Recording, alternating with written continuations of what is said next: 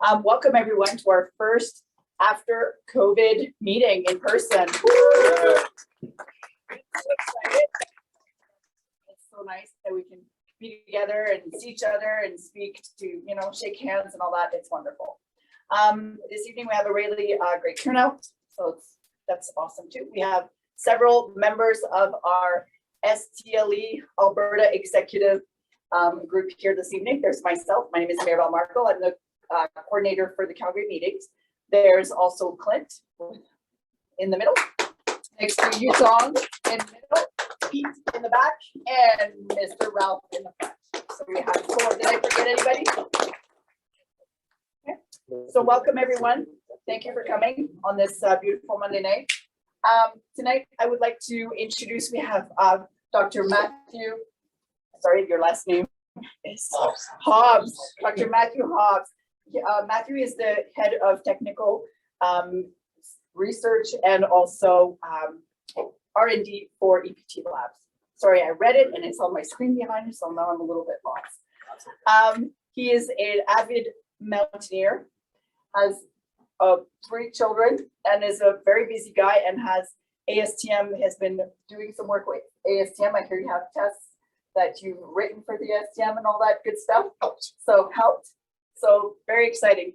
So I'm sure he'll do a better job at talking about himself than myself. I will let him take over from here. So hope you guys enjoy. If you have any problems, Jacqueline, you can talk to him. I'll message you. Okay. All right. All right. Well, thank you very much for the introduction. I won't bore everyone by talking about myself. I'll instead stick to the topic at hand here. When Clint first approached me about doing a talk for the STLE, he asked for a varnish talk, wanted to talk about varnish, what it is, how you detect it, how you can mitigate the risks associated with varnishing. And I kind of jumped at the opportunity because at EPT, we're big advocates for lubricant chemistry management, and you'll see it in the title of this presentation. And varnish is the single biggest lubricant chemistry related issue that we see. So today's talk is going to talk about what varnish is. It's going to talk about detecting varnish, and it's going to talk about mitigating the risks that are associated with varnish as well. So, since we have a captive audience here, it's pretty, it's a little bit strange to actually see a room full of people after the last couple of years. So, I'll take the opportunity to share a little bit about what we do at EPT Clean Oil and who we are. So EPT Clean Oil, we specialize in this lubricant chemistry management. And there's really 2 pillars to this. The first relies on the use of ion exchange-based filtration to manage your lubricants chemistry. And the other is expert condition monitoring, using oil analysis so that you're not blind to problems with your lubricants chemistry. We've been doing this here for over a quarter of a century now. And over the course of that time, we've had the opportunity to work with over 1,000 different sites to help them in this regard. And I mean, you can't do something for a quarter of a century without learning a few things along the way. So we share what we learn. And as a result, we are active participants and members with the STLE. We're really happy to have you all in the room tonight here for this. We're active members of the ASTM's Turbine Oil Committee. And we are involved with ICML as well, developing varnish badges and things of that nature for them. So this slide is a little bit out of order. It actually belongs to the very end of the talk, but I'd like to start with it to give you the big picture of where we want to head. And really one of the core things that we want to do at EPT Clean Oil is we want to teach people a better way of doing things. And this slide shows you exactly why. This is what happens when you do lubricant chemistry management on a big scale, on a big picture here. So this is a fleet-wide, basically fleet-wide lubricant chemistry management, was initiated. This is a fleet of 80 turbo compressors. They used ion exchange-based filtration systems on each and every one of those, and they've been doing that for a long time now. This is a peer-reviewed ASTM paper that goes into what the impact of this change was. And at the time that the paper was authored, they had been doing this for 37 years. Over the course of that 37 years, the paper proved that there was an economic benefit to the tune of $97 million saved by actually managing their lubricants chemistry. Now, perhaps more importantly, given today's climate, there was a significant environmental benefit as well. By managing their lubricant chemistry, they were able to prevent 15 million kilograms of CO2 from going up into the atmosphere. So we put the cart before the horse here, and now I'm going to back up a little bit because that's where we're going. That's where we want to get everyone to. But in order to understand how we're going to get there, we need to take a look at business as usual, what we're doing right now, what are current maintenance practices. And unfortunately, the current approach is as outdated as the payphone on the slide there. Most maintenance programs, when it comes to critical rotating equipment, are limited to particle filtration, water removal if it's a steam turbine, but basically we're spending 90 to 99% of our effort keeping the oils clean and dry. Now, excuse me, now of course it's really important to be doing this, but we've always found it a little bit funny that people spend so much time and effort removing the dirt from their oil when that's not the basis upon which an oil is condemned. So what else is wrong with the current approach? Well, oil analysis is a big part of what we're doing in terms of maintenance right now, but unfortunately we are still seeing that there are key tests that are missing or not performed correctly. Typically, oil lifetime is not understood, nor is it managed in any meaningful way. And as proof of this, ASTM D4378 mentions that a typical gas turbine oil lifetime is limited to 2 to 5 years. Now that's really not very long. That's not nearly as long as people should be getting from their oils. So that to me is evidence that they are not managing their lubricant chemistry. And last, but certainly not least, current maintenance programs really take sustainability, they don't take it into account to any significant degree. Okay, so we've got a quick case study here, just showing you, what is happening right now with business as usual. And unfortunately, business as usual right now tends to be reactive maintenance. We fix a problem when there is a problem. We run from problem to problem, putting fires out, instead of ever being preventative or proactive and getting ahead of the situation. So this case study actually comes from the Alberta oil sands. It's a frame 9E gas turbine. This is an 84 megawatt system, and it's used to generate not only electricity for this plant, but also steam throughout the plant. So you can see the estimated generation revenues per day at $40 per megawatt, about $80,000 per day. And more importantly, without this gas turbine to generate steam for the plant basically goes down. So it's estimated the production value of the steam is on the order of $12,000 per hour. Now this end user, like many others, was reacting to varnish-related failures instead of preventing them. And they reported having about 24 hours of unplanned downtime per year. So 24 hours in the year doesn't sound like very much. In fact, you might report something like greater than 99% availability for this asset, and that sounds great. Until you take a look at how costly that 24 hours of downtime is. And when you add up the steam production and the lost generating revenue, it's in the ballpark of $370,000, annual loss. Multiply that out over the 25-year lifespan of the turbine, and you're looking at $9 million in avoidable losses. So why are we allowing this to go on? Why do we continue on this, reactive maintenance roller coaster? Well, we don't have to. And that presents us with an opportunity here.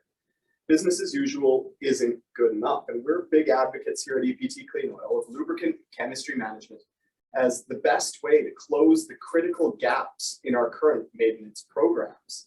This allows you to operate more reliably, more profitably, and perhaps most importantly these days, more sustainably. So what do you need to do to manage your lubricant chemistry? Well, you need oil analysis. You need to run the right tests. You need to run them the right way. And then this last one is really critical. You need to act on the results. Another benefit of running your oil analysis is that you are going to generate the data that is required to most effectively manage your lubricant's life cycle. Another pillar of lubricant chemistry management, you need to apply your maintenance budget towards things outside of simple particle filtration and water removal. Apply some of that maintenance budget towards the actual root cause of failures. You need to manage your lubricant's chemistry, or it can end up managing you. And ultimately, this isn't something that's nice to have. Unfortunately, that's how we viewed preventative or proactive maintenance in the past. This is something that you need to have. It is essential. Okay, so this brings us to kind of the first section break here. You can't manage what you're blind to. This is where oil analysis comes into the picture. You need to get value from that oil analysis in order to truly and effectively manage your lubricant's chemistry. So most end users, almost everyone is doing oil analysis. They have condition monitoring programs in place. And many end users rely on third-party labs in order to do this. Now, unfortunately, there is a bit of a delegation of responsibility. Many times, end users themselves aren't necessarily experts in oil analysis, and they rely on the labs to do things like establish the test packages for them, to test the samples for them. That one is certainly understandable. And then to interpret the results for them as well. Unfortunately, many times what we see here is, a big commercial lab is using a computer algorithm to generate interpretation that end users are then relying upon. Unfortunately, a lot of the commercial labs, they lack specific expertise in the field of rotating equipment. They will have tractor oil samples alongside a turbine oil sample, and these are all in the same queue to be analyzed, sometimes by the same package.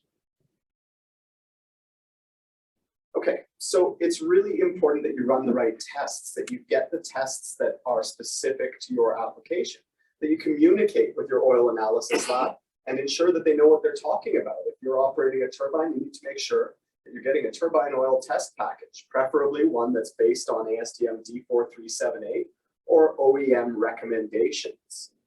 When you get that test package set up, you're going to get a report back eventually. And once that report comes to you, it's really only as good as what you do with it. So in order to get value out of that oil analysis report, we suggest that it should answer some important questions for you. And I've put what I feel like are the three most important questions up on the slide here. Number one, first and foremost, given its current condition, will this oil do the job that I need it to do? Number two, could my equipment fail imminently, or is there, a sign, metals building up, iron building up in your metals that indicate that a failure is in process? Number three, is my oil chemistry failing? Because this ultimately is going to lead to equipment issues down the line. Now, by and large, the third-party labs do a pretty good job of addressing numbers 1 and 2. But what we see all too often is this number 3, the oil chemistry, is not really addressed in a meaningful way. So let's dive into this question a little bit in more detail here. Is my oil chemistry failing? And to get the answer to that question, you need to take a look at oil breakdown levels.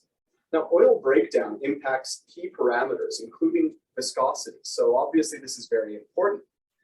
But from a reliability standpoint, what's especially important is that the accumulation of oil breakdown products has a negative impact on reliability and performance. So what sort of oil breakdown products am I talking about? Generally oxidation products, things like acids and ultimately varnish, because all of these things are varnish precursors. And as I mentioned, varnish is the single biggest oil chemistry related issue that we run into day in and day out. Now, most end users are testing acid number routinely. It's one of those things that is in the bargain basement oil analysis package from every commercial lab. So you're getting some picture of oil breakdown. But unfortunately, acid number doesn't always correlate well with varnish potential. And it's not usually the acids that are leading to failures in rotating equipment applications. It's the varnish. I see time and time again end users that are not routinely monitoring their oil's varnish potential. If varnish is the biggest chemistry-related issue in a gas turbine application, I find it shocking when I see people that are doing monthly testing with a commercial lab and they don't test for varnish on a monthly basis. More frequently, what I see is they'll do, the $10 to $20 test package where you get your metals, your viscosity, your acid number, etc. You do this monthly, and then more frequently, every 6 months to 12 months, you see an MPC varnish potential test popped up. this is the cause of lubricant chemistry related issues. It should be addressed on a monthly basis, or on a frequent basis anyways. So varnish is the most common cause of gas turbine oil related downtime, and it leads to a variety of problems. Things like valve sticking, filter plugging, high temperature operation, equipment wear, and poor heater and cooler performance. Obviously, we would prefer to avoid all of the above. In this regard, it's important to get a picture of what your oil's varnish potential is. And to do this, you need to do the right test. And specifically, you need to make sure that you or the lab that is doing this test for you is doing the test the right way. So the right test to be doing is MPC, membrane patch colorimetry. And this gives you an assessment of the oil's varnish potential. So it's not necessarily directly measuring varnish levels, but it is measuring the propensity of that lubricant to form harmful varnish deposits. The test method is outlined in ASTM D7843-21. A lot of people don't pay attention to the -21 part. That tells us this test method was last modified by the ASTM Turbine Oil Committee in 2021. Really good idea every now and then to check that whatever lab you're using is using the most up-to-date version of the standard. The test itself involves some sample prep. When a sample arrives in the lab, we need to heat that sample for 24 hours, and then it needs to be incubated in the dark at room temperature for 72 hours. This 72-hour period gives some time for varnish, which may have been dissolved in the oil, to agglomerate and to become insoluble, because ultimately the goal of the test is to capture this varnish on a filter patch. Anything that's dissolved goes right through a filter patch. So you need to give that oil some time to form insoluble varnish. And that's why that 72-hour hold time is there. Now, after that 72-hour hold time, we also dilute the sample on a 1-to-1 ratio with a non-polar solvent. Again, this non-polar solvent shocks some of the varnish that might otherwise have been dissolved and gets it to come out of solution so that it is detectable when we filter it through a 0.45 micron patch, like the one shown on the screen here. At the end of the day, you see a stain on the patch, and that is indicative of oil breakdown products having accumulated. The more oil breakdown products accumulate, the darker the stain on that patch. We measure the intensity of the color of that stain, and we quantify it with the spectrophotometer, which gives us a delta E value. High delta E value means you had a dark patch. This means your fluid had a high varnish potential. Obviously, that's not the regime that you want to be operating within. You'd prefer to be operating down on more of the left-hand side of that graphic there, where your patch is white. There's no stain left behind. Even if you let it sit for 72 hours and you shocked it with a non-polar solvent, nothing came out because there wasn't anything there to come out, to form varnish. At the end of the day, commercial labs are required by ASTM D7843 to report a delta E value and the 72-hour hold period. Now, this is one issue that we see time and again with a number of commercial lab reports. They're all reporting delta E. Very few of them report that 72-hour hold period. If they're not reporting the hold period, they're not compliant with ASTM D7843. They're not reporting it. Are you 100% confident that they are doing it? The last point with respect to oil analysis is following up on this. Who's reading your reports? So earlier on, we showed this 9E gas turbine that was experiencing 24 hours of varnish-related downtime per year.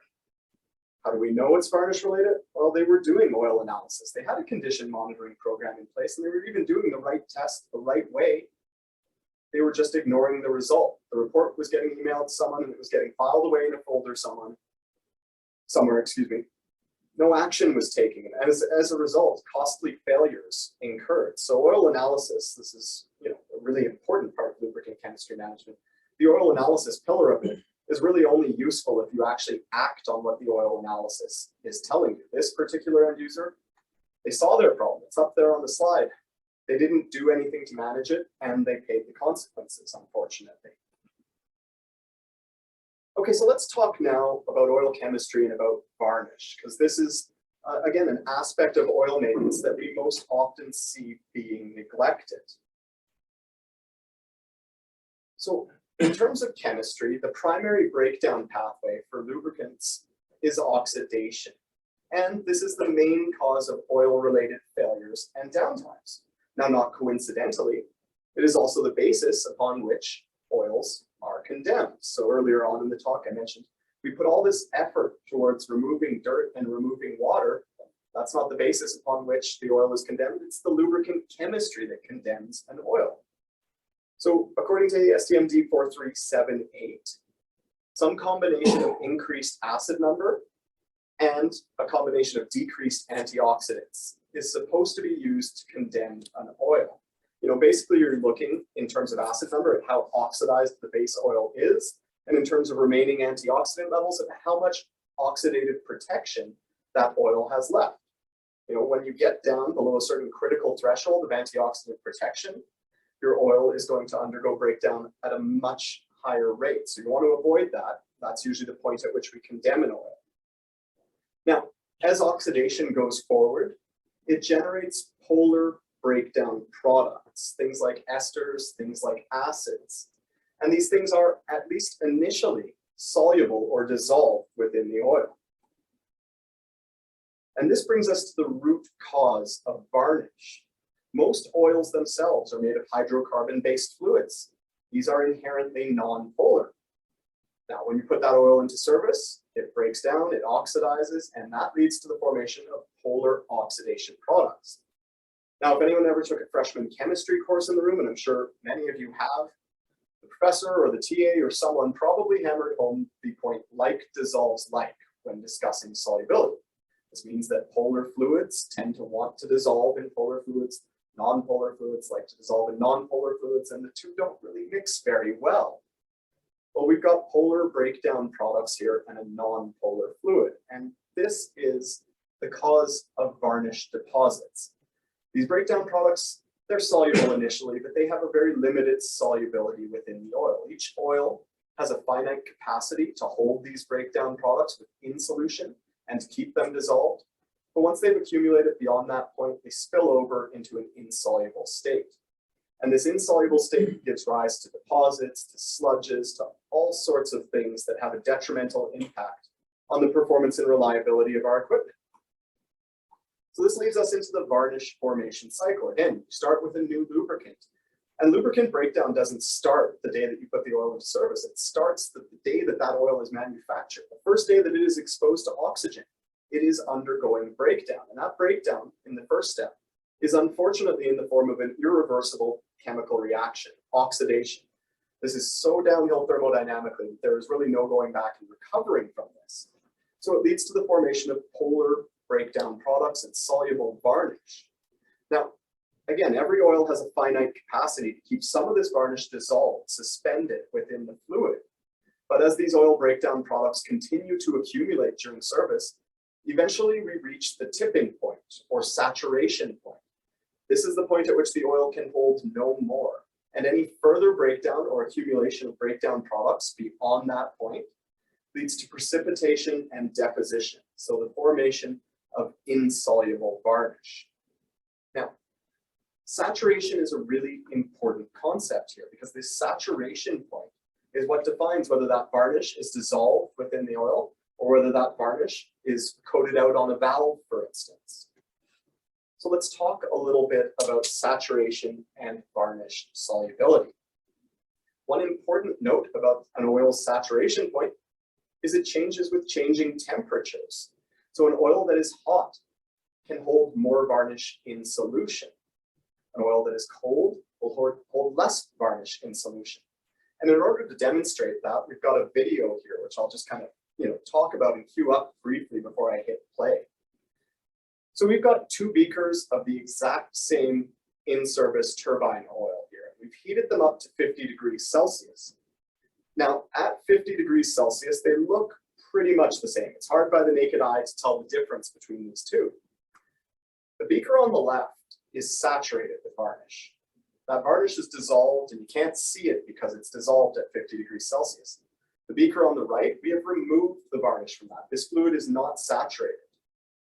So what happens as we begin to cool these oils down? Well, again, right now they're both relatively clear and bright. They're transparent. You can see through them. You can see the thermometer, notably. As we cool them down from 50 through 40 degrees, and we're going to hit 30 degrees in a moment, you can see that that beaker on the left is becoming hazy and then eventually altogether opaque. Well, what's going on here? Well, again, there is varnish in that oil and it was saturated with varnish. So it was saturated with varnish at 50 degrees Celsius. As we decreased the temperature, the oil's saturation point decreases. It can no longer hold all of the varnish that was once dissolved in it. And there's nowhere for that varnish to go except to precipitate out as an insoluble. And in this instance, it precipitates out as ultrafine varnish particles.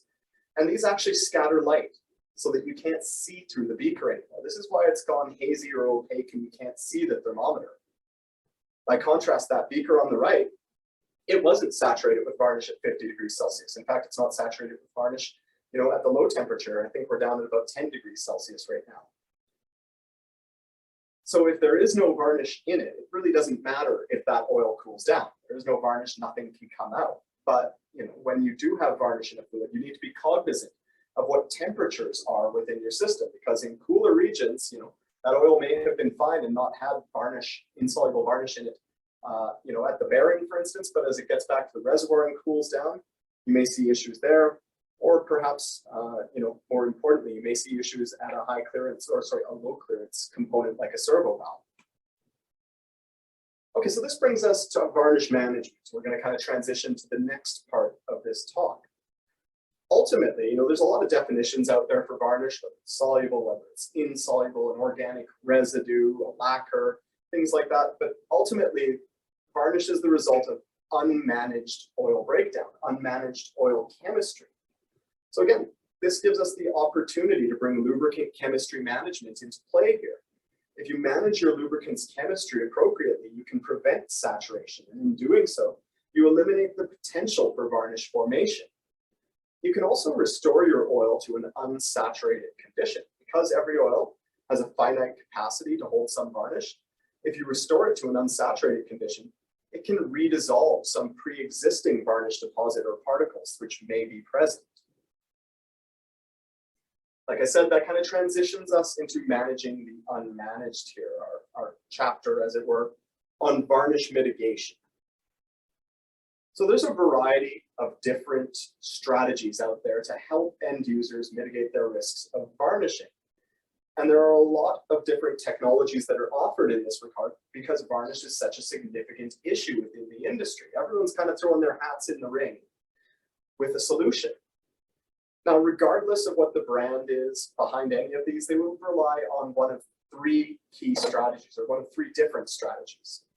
The first is the use of some sort of cleaner or a solubilizer, a solvency enhancer, an additive that you add to your fluid to try to get varnish that is no longer dissolved, that is deposited out, to go back into solution, to redissolve. The next strategy, this is the one that we see most frequently, involves the use of some form of particulate removal, conventional filtration. You're relying on a sieve-type filter in some form to remove insoluble varnish, which is already precipitated from the oil. And the third and final strategy, which we'll discuss, is soluble varnish removal using an ion exchange resin. So let's dive into these one by one.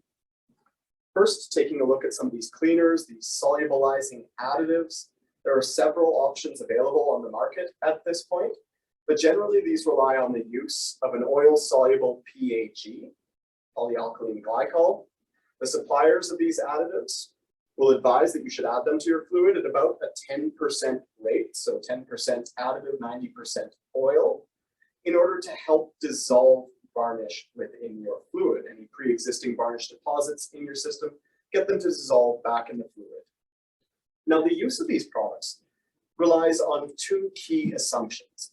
The first is that varnish, which is in solution, does no harm.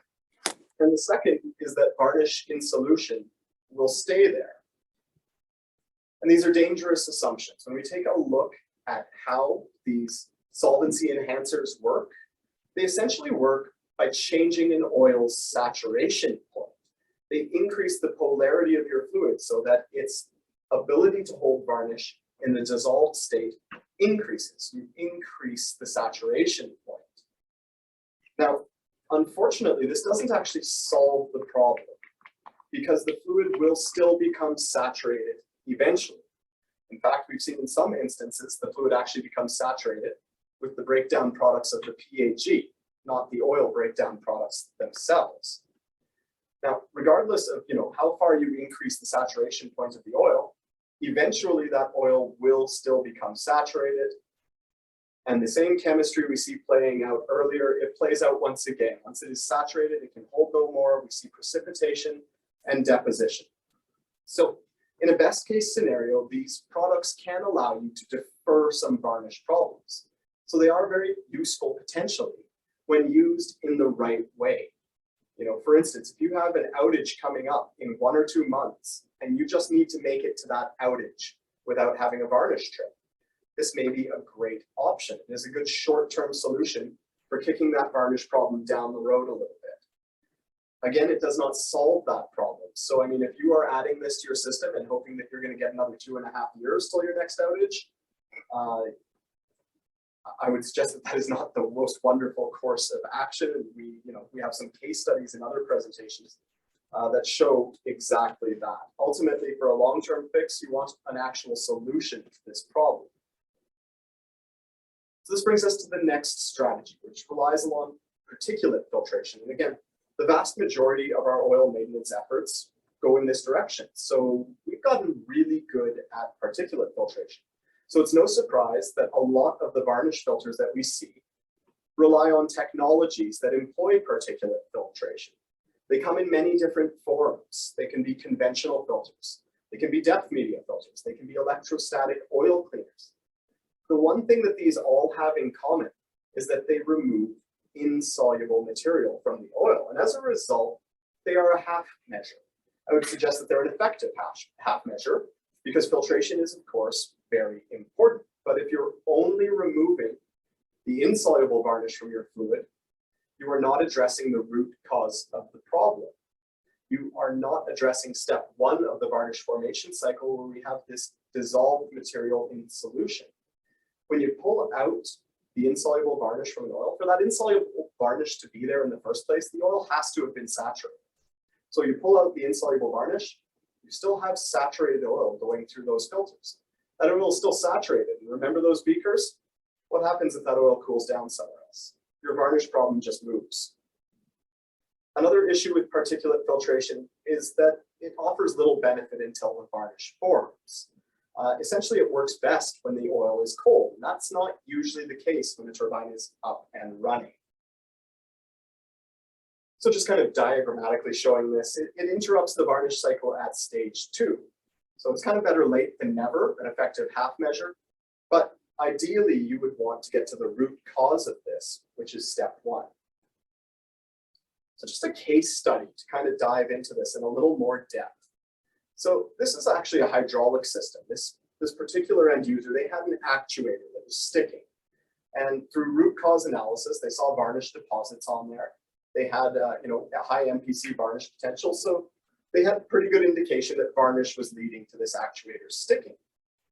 In an attempt to solve their varnish problem, they installed some high efficiency filters, which marketed themselves as being varnish removal filters. Now, they were excited to solve this problem. They decided that they were going to run some patch tests because it's not that hard to run a patch test.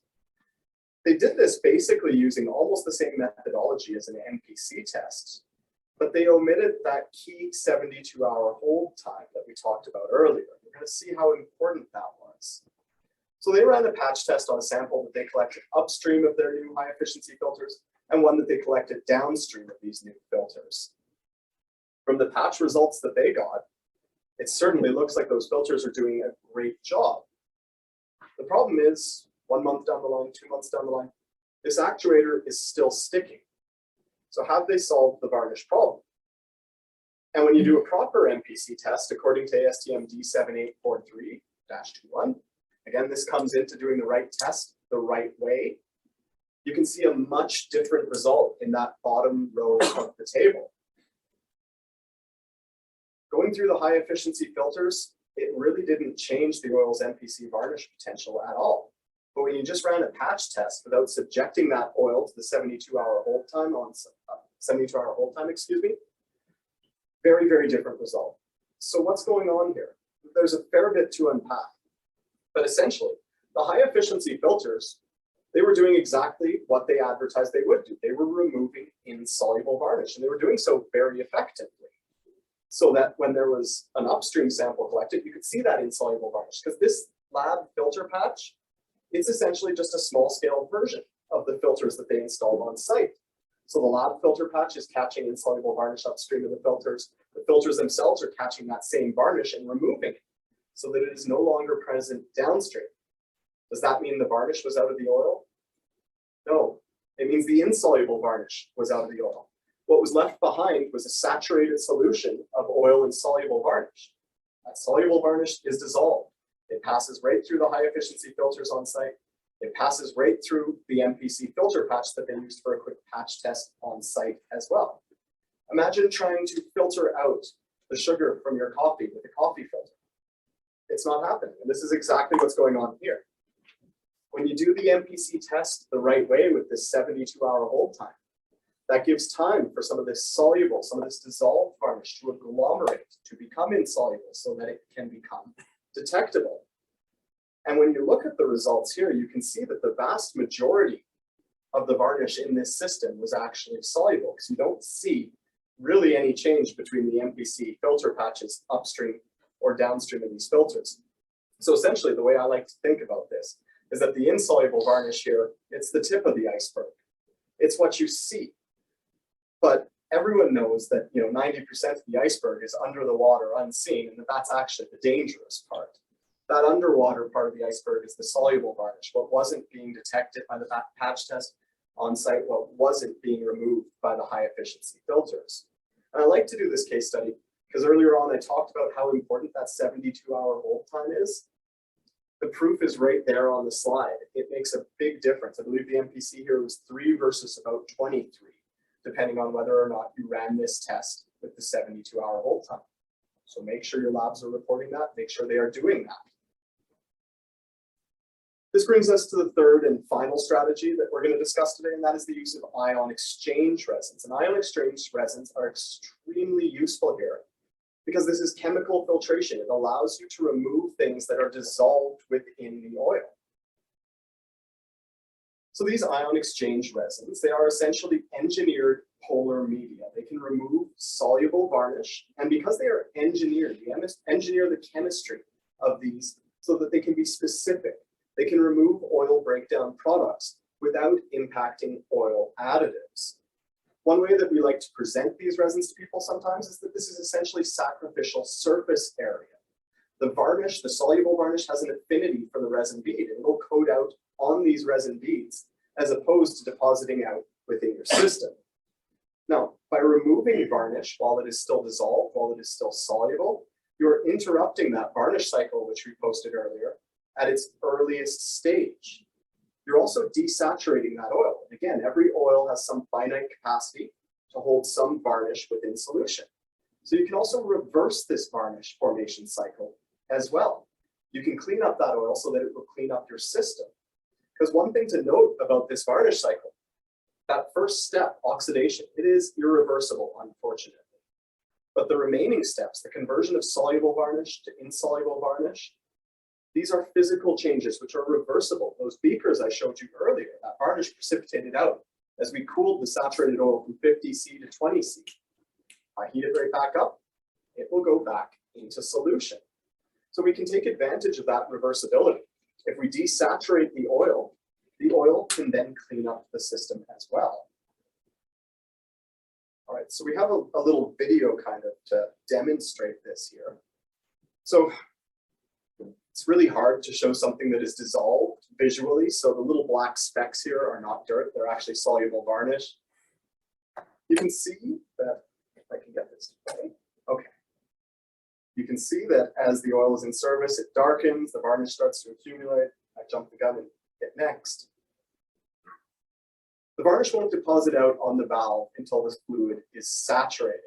Once we've hit that saturation point, we start to see insoluble varnish forming on the valve. Through ion exchange, we can clean up the soluble varnish from the solution. That desaturates the oil. Once it is desaturated, it has some propensity, some tendency to want to take varnish back into solution. And in doing so, it will actually clean that surface right back up again. All right, so this is kind of the conclusion to the previous case study. The high efficiency filters, they got a great particle count for them, and they did take out insoluble varnish, which is certainly worth something as well. But they didn't impact the oil's varnish potential. They didn't solve the actuator sticking problem.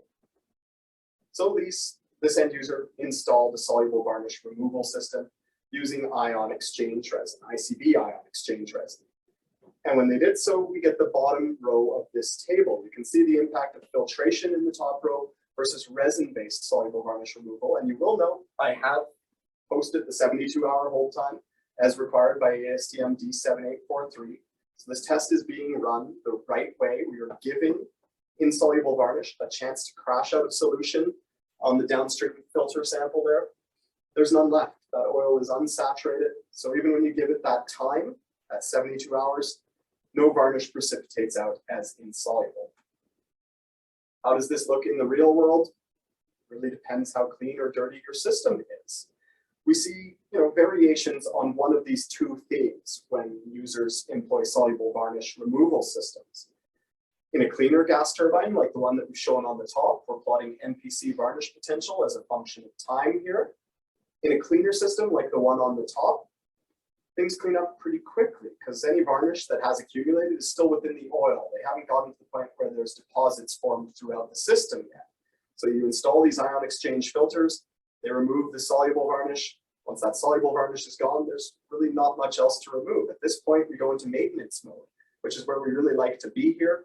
You get this flat line in the green region where the oil is still undergoing breakdown. This gas turbine is still in service, but we're keeping up with that ongoing rate of breakdown. The ion exchange filters are pulling out soluble varnish as it forms, preventing it from accumulating, preventing the oil from becoming saturated. The story is a little more complicated in a dirtier gas turbine, one that perhaps has been abused or neglected a little bit more. You can see here the MPC varnish potential after you install ion exchange filters, it fluctuates up and down fairly dramatically. I mean, we're going from like 40 down to less than 5, back up to above 40. What's going on here? Well, soluble and insoluble varnish, the saturation point, these are in equilibrium with one another. So as we remove the soluble varnish from the oil, we see the varnish potential drop. The oil is no longer saturated. It can take some varnish that was previously deposited, redissolve it into solution. Once it's back in solution, we can pick it up on an MPC test. We're blind with an MPC test, unfortunately, to deposits that exist within a system, but we can see what's in the oil. And you can see this kind of goes up and down while the soluble, insoluble varnish equilibria work themselves out. Now, ultimately, over the long run, what ends up happening is that you go through successive cycles of this, removing the varnish from the oil, then the oil cleans the system, then you can remove that varnish from the oil again, and you go back and forth a number of times, and you end up at the same place as you did, even with the cleaner system, with this relatively flat line that stays in the green region, that stays in the low MPC varnish potential area. So now you've entered maintenance mode, basically. You've done your cleanup phase, you have removed the varnish deposits that existed within that system, and now you're keeping up with that ongoing rate of oil breakdown. You're removing soluble varnish as it forms and maintaining that oil's chemistry in a good condition. The video, we had a cute animation showing varnish coming off a valve, and it is a lovely animation. But the proof is really, the proof is in the photos here. This is the exact same system opened up at successive outages. The difference is that, during this outage, they installed a soluble varnish removal system. You can see that the impact that had on this system, the insoluble varnish is gone.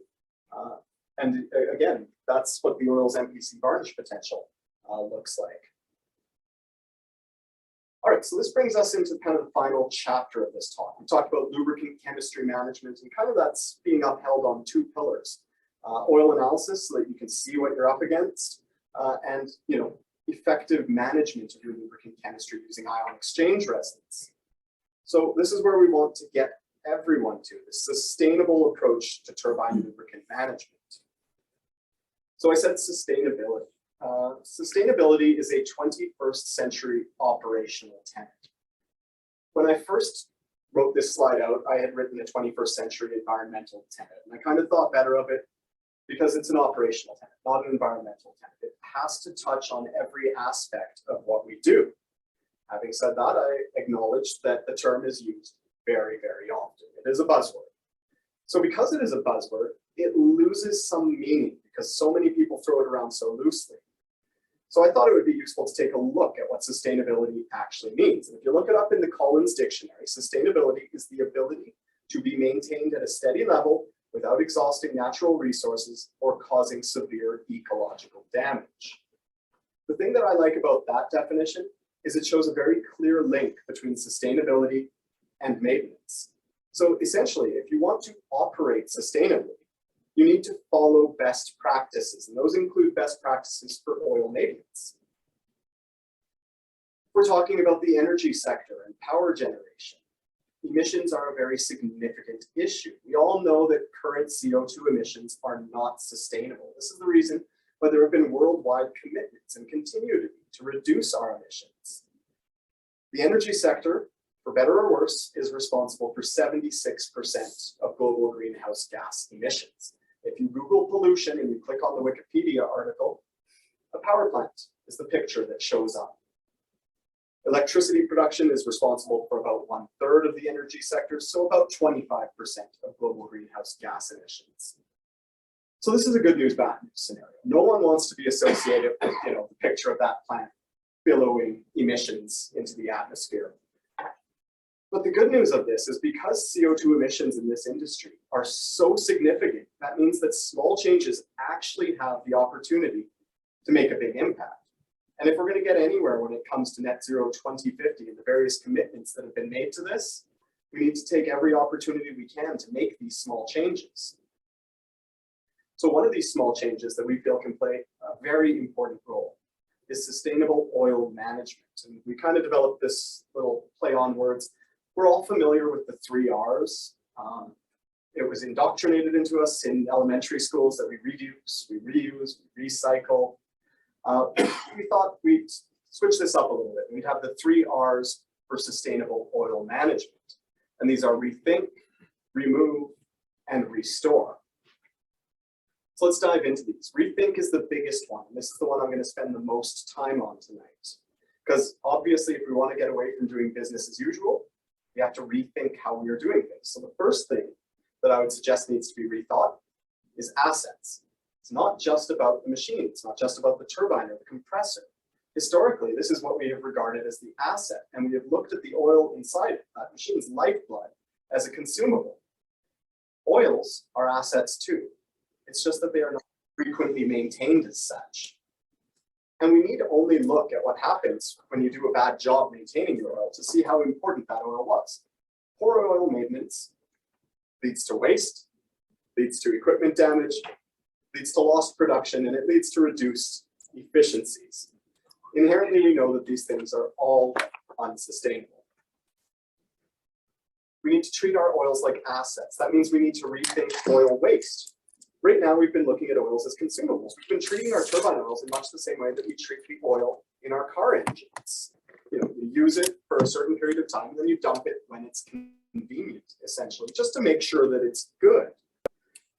Unfortunately, oils are quite economically and environmentally costly. If you look into it, lubricant manufacturing is the most energy-intensive process in a refinery. For every liter of oil that is produced, cradle to grave, results in about 3.5 kilograms of CO2 going up into the atmosphere. So you need only look at global oil production during a single year, for instance, 2020, 37 billion kilograms of lubricants were produced on Earth. You multiply that out by 3.5 kilos of CO2 per, you get a really big number, 150 billion kilograms of CO2 equivalent. That's from the lubricants that we produced in 2020 alone. Add to this, business as usual has gotten us to the point where a typical gas turbine oil is lasting 2 to 5 years, according to ASTM D4378. If your turbine's life is 25 years, that's at least 5 oil fills. Probably more. Now we think about the fact that maintenance and sustainability are inherently linked. So if we do better oil maintenance, perhaps we can extend our oil life, and in doing so, we can reduce our impact. Problem is, business as usual, current maintenance practices, we're focusing mostly on particles in water. Again, this is not the basis upon which our oils are condemned. Lubricant chemistry is the basis upon which we're condemning oils. So we need to do something that actually addresses that. And in the previous section, we introduced ion exchange filtration. Ion exchange filtration is a really effective tool for managing lubricant chemistry. And when you do this, you can extend oil life. So just to show an example of this, we've got 2 virgin turbine oil samples in beakers on the right. This is the exact same turbine oil.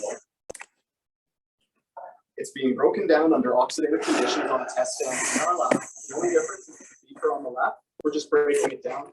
Beaker on the right, we're breaking it down, and we're filtering it through a kidney loop filter of ion exchange resin.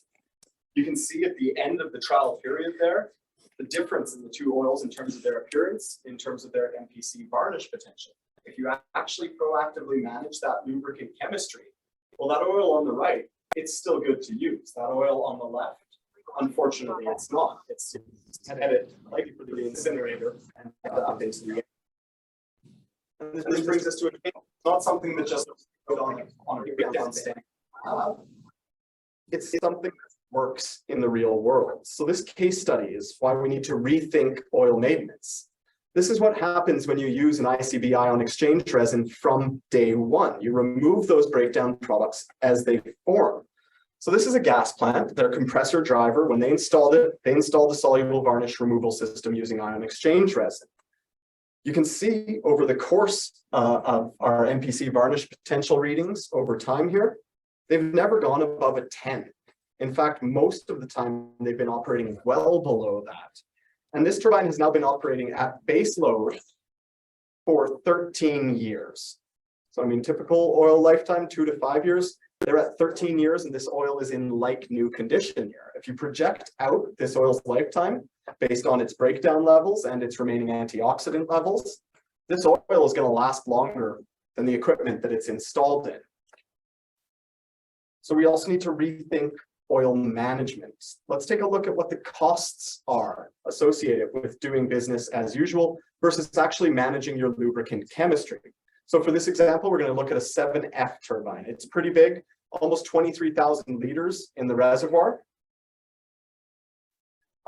Just looking at the costs associated with filling that reservoir. If you don't manage your lubricant chemistry, no ICB filtration, again, you're going to be filling that reservoir every 5 or so years. Over the 25-year lifespan of the turbine, that's 5 oil fills. If you manage your lubricant chemistry on the right in the column there, you can see that you get a potential fill for life situation there. So you can save up to 80% of the oil that would otherwise have been spent here. And obviously that's an 80% savings economically, but it's also an 80% savings in terms of the carbon costs that are associated with replacing those lubricants so frequently and often unnecessarily. Now that's a one-sided assessment because I've shown you the carbon costs that are associated with the oil itself. There's no free lunch. There's a carbon cost associated with ion exchange filtration as well. So let's get into that so that we can do a proper kind of ROI calculation, understand our return on investment. So for a 7F gas turbine, because that's the example we picked here, your lifetime ICB cost is likely to be in the ballpark of $143,000 over 25 years, about $5,700 a year. There's also a carbon footprint. The carbon footprint of the ion exchange resin is not dissimilar from that of the oil. It's about 3.2 kilograms of CO2 per kilogram of the resin. The difference is you only need 12.5 kilograms of the resin per year, whereas you were dealing with a 23,000 liter oil system. So over the 25-year lifespan of that turbine, the ion exchange resin that you use to manage your lubricants chemistry there will be worth about 1,000 kilograms of CO2. So you do the ROI calculation, you figure out, what your costs and what your savings are, and you get an economic ROI of about 350%. So this certainly makes sense from an economic standpoint.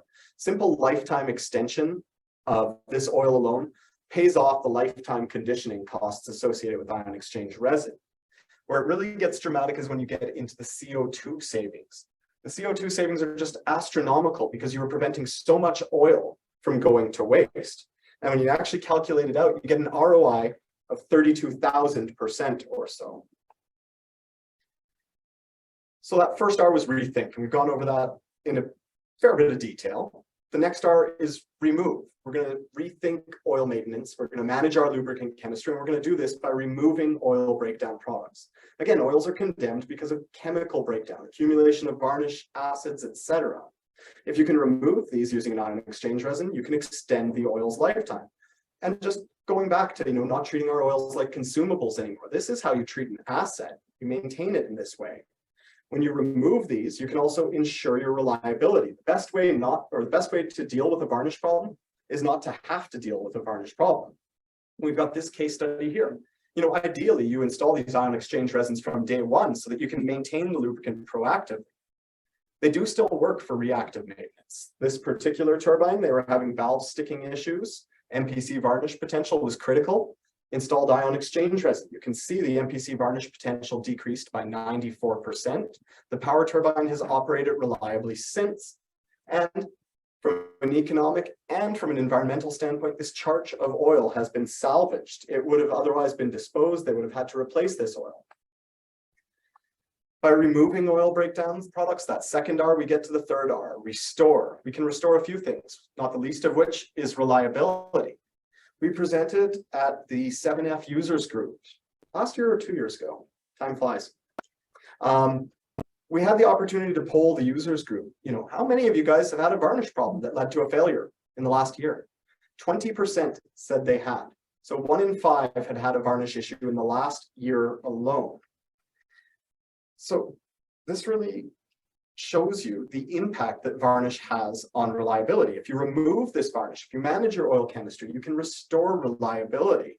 And you'll recall from our 7F example, 24 hours of downtime is equivalent to about $164,000 in lost generating revenue. What's kind of funny about this number is it's less than the lifetime 25-year conditioning costs of soluble varnish removal with ion exchange resin. If you prevent one single trip, you've paid that system off. Let alone the oil lifetime extension, let alone any other trips that happen in subsequent years. Just one prevention, you've paid it off. One final note here is that if your unit trips, you're going to have to start it back up, obviously. Startup emissions are greater than baseload emissions. So if you can avoid multiple startups, you're also going to be reducing emissions. Another thing you can restore is efficiency. This case study involves a gas turbine that was running hot. It was running hot because varnish had played it out in coolers. Varnish loves to play it out in coolers because when you cool an oil down, if it was saturated at operating temperatures, cooled down, that varnish is going to come right out. Because it was running hot, the high temperature alarm was ringing off. And the engineers on site, they had a creative solution. To get that alarm to stop, they derated the turbine. They had to derate it by 40% to get the high temperature alarm to stop. It was a relatively small, about 6 megawatt unit, but 40%, that took it down to 3.3 megawatts. You calculate out what they're losing annually, it was $350,000 in lost revenue because they derated the turbine. That's just the economic side of things. Environmentally, this is less than ideal as well. If you can see from the chart on the right, this is taken from Siemens Westinghouse. Gas turbines operated most efficiently at base load, at 100% load. As you derate that turbine, it is operating less efficiently.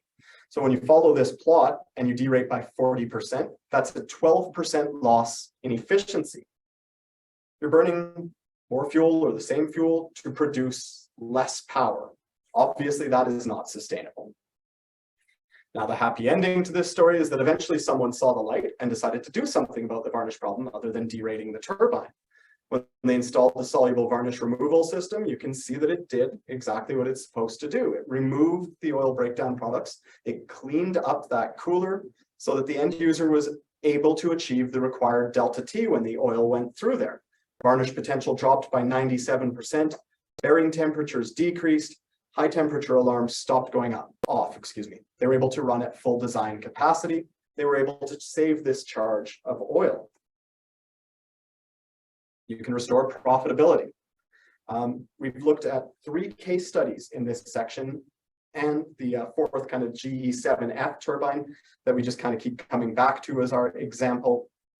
You can see there's some pretty significant savings associated with extending your oil's lifetime, not changing it perhaps needlessly every 2 to 5 years. Obviously, those savings are bigger for the bigger turbines like the 7F at the bottom, but they are not insignificant for even the smaller solar units in the table there. Now, the lifetime fill savings, that's one thing. The lifetime reliability savings are where things really become dramatic. Because again, on a big turbine like the 7F, you go down, it's costing you a lot of money every day. I think we had said $164,000 was the estimate. Over a 25-year lifespan of the turbine, it's about $4 million in preventable losses. And again, you can see that this holds true for the smaller units on a smaller scale. Another thing we can restore, again, that's our 3rd R, is we can restore sustainability. So we showed the dollars and cents on the previous slide. We'll show the carbon on this slide. Each one of those same case studies. If you had installed an ion exchange resin and maintained that oil from day 1 using that, these are the calculated values in terms of CO2 savings. You know, anywhere ranging from 25,000 kilograms of CO2 for the smaller solar unit there in column 3 to 320,000 kilograms of CO2 for the bigger 7F turbine. And this brings us back to that slide that I started off with. You've seen it before now, but we'll just present it again in the context of how we can make a change like this and how significant an impact that can have. And we have the opportunity to do that because power generation and the energy sector are responsible for so many of the emissions that are creating issues today. Small changes can have a big impact. So this small change was managing lubricant chemistry using ICB resin on a fleet of 80 turbo compressors. And again, when they did this over a period of 37 years, there was a demonstrated economic benefit of $97 million, but perhaps more importantly, 15 million kilograms of CO2 were saved. So this brings me to the summary here. Varnish and related failures essentially result when oil breakdown occurs, and that oil breakdown occurs because no one is managing the oil's chemistry. No one's managing breakdown. Lubricant chemistry management provides both economic and environmental returns on investment. If you treat your oil like the asset that it is, you can make more money and you can operate more sustainably. It also makes your maintenance more predictable. You can get off this reactive maintenance roller coaster of trying to put out fires all the time.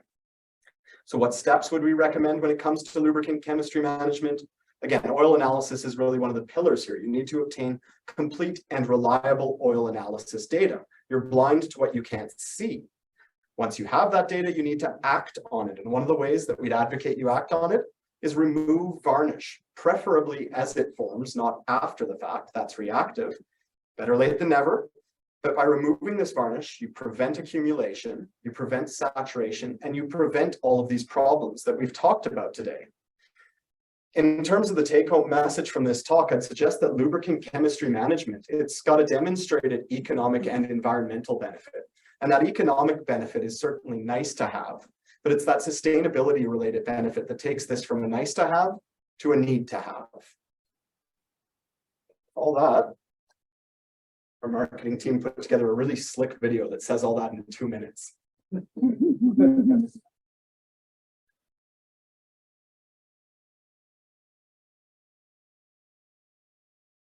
Time and availability performance indicators for critical turbo machinery.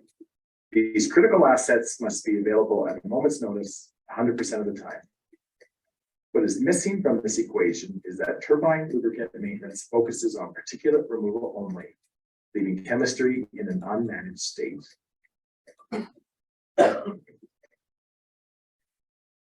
From the first day a lubricant is put into service, it begins to chemically break down, slowly impairing its physical properties and performance.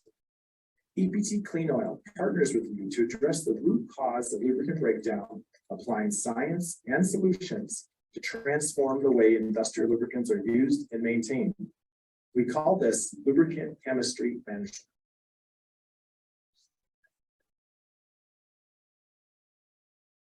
Lubricant chemistry management places a protective shield over your critical assets. Going beyond particulate removal, we apply technology that actively eliminates chemical breakdown products, including varnish precursors and oxidation materials, managing the chemistry in your system on a permanent basis and eliminating lubricant-related failure.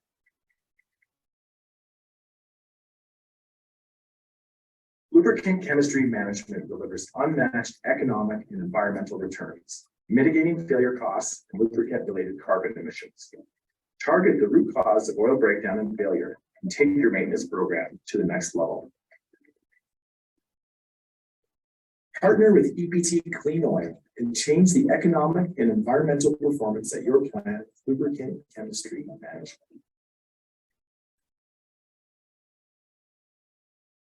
So the STLE asks me to do a talk and I have to memorize an hour talk and my boss gets to do a 2-minute recording with the script. In all seriousness, I want to thank you all very much for coming out tonight. Thank you for your attention.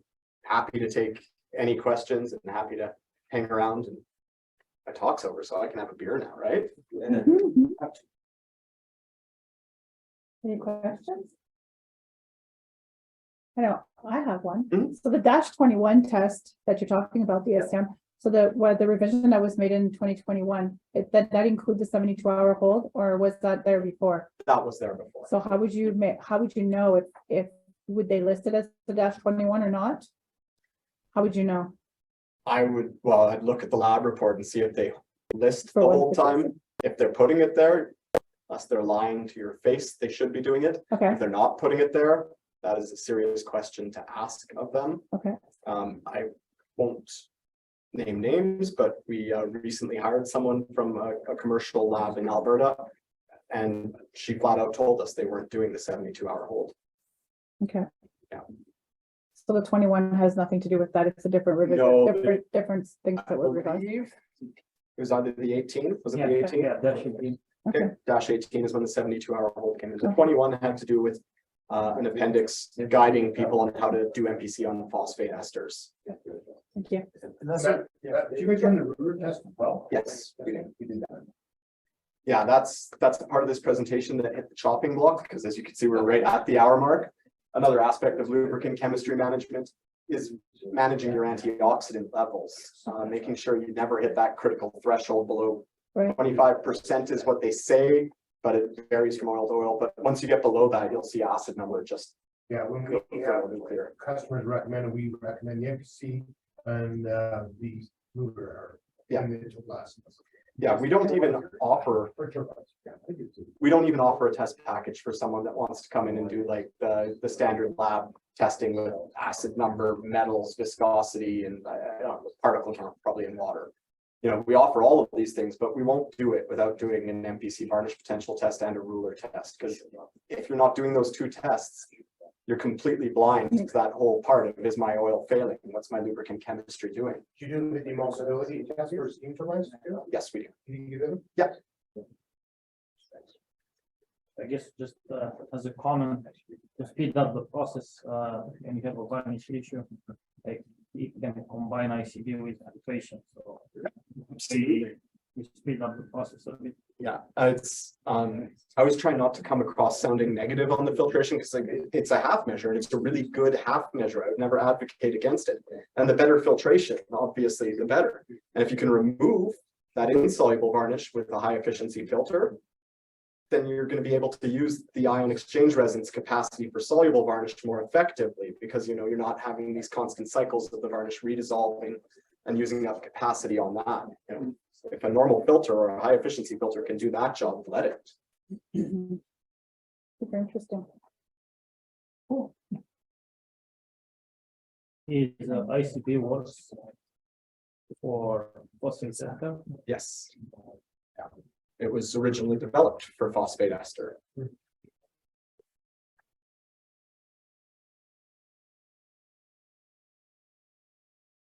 About the PEG? PAGs have been, ICB will work with PAGs in a new state. A number of times when people come to us with a varnish problem in their PAG, it's already too far gone.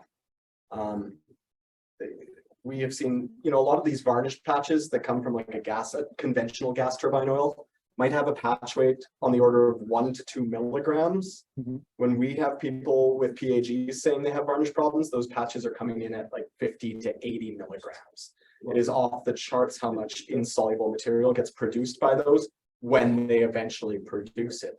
So usually by the time there's a varnish problem there, it's too late for reclamation. But using it from day one, they are compatible with them and they do remove breakdown products.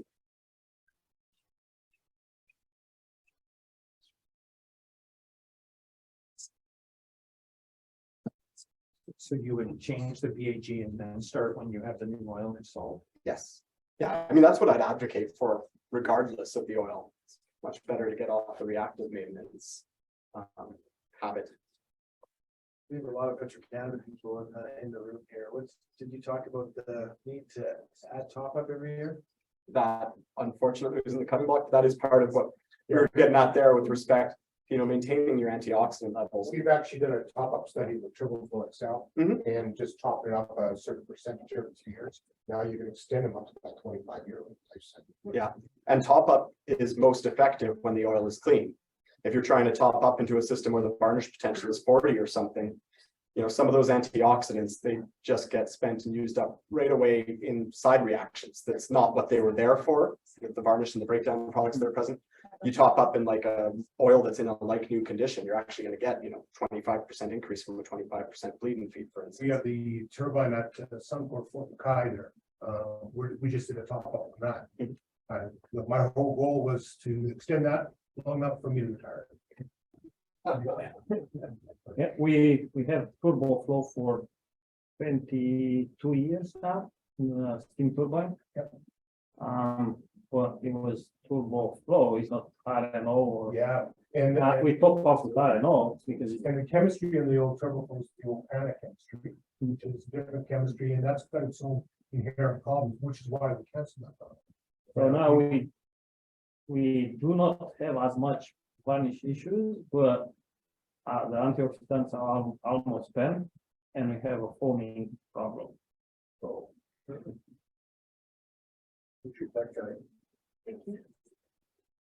Which area is this? it's Cavalier. NMAX Cavalier. Wow. That's Lyle. It's like. Well, you got the new guy. Oil sands, it's not weed. So we know about it, but that's what it is. It's antioxidants are done. Not much we can do on that. Yeah, yeah. We just.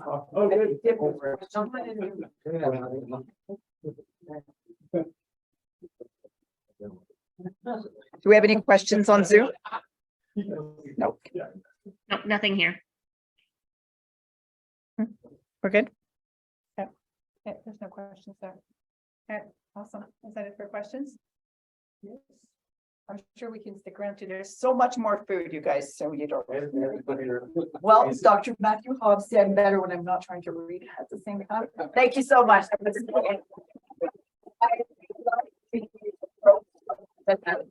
think it's genius. That's a very cool way to look at it, because it is an asset. Lubricants are expensive. Yes, so no, I think that's amazing. That's such a great, I love that. So to thank you very much for your presentation. A nice stainless steel water bottle for you. You have some hats from your favorite group there, Petro-Canada. And then we have a SDLE back there. Thank you very much. Hopefully you can take it on some, some cool hike and send us some pictures or something out of here. Take it down to the STLE conference in Long Beach this year. Long Beach is a nice place. So thank you. Thanks again. We get socks. Yeah. Thank you. I didn't get